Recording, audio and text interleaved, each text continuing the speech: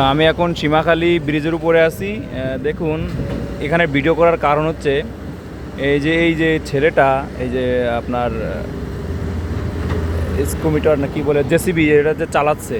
তো অন্যান্য দেখছেন একটা দুইটা তিনটা চারটা মোট ছয়টা এখানে কাজ করতেছে।